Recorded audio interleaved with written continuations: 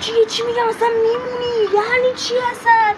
اینو رفتم تو مغازه برگشته گفته 300,000 تومن. اینو ما تو خود شهر خودمون میگیره 100,000 تومن. 300,000 تومن. ببین اینو من از خود استیو جابز خریدم، داده به من 300,000 تومن. اینجا این مغازه بغلیه 1,900 میده. از اونجایی که بنده خیلی چیزم، استیو جابز اینو به من داده 300,000 تومن. اون مردی که دلغک برداشته داره به من 1,900 میده. عزیزم من بگم چرا اینقدر گرون دارم میدم؟ چون که جنسش فرق داره. اینو استیو جابز به من داده. نفهم. برو گم شد که از باش خرید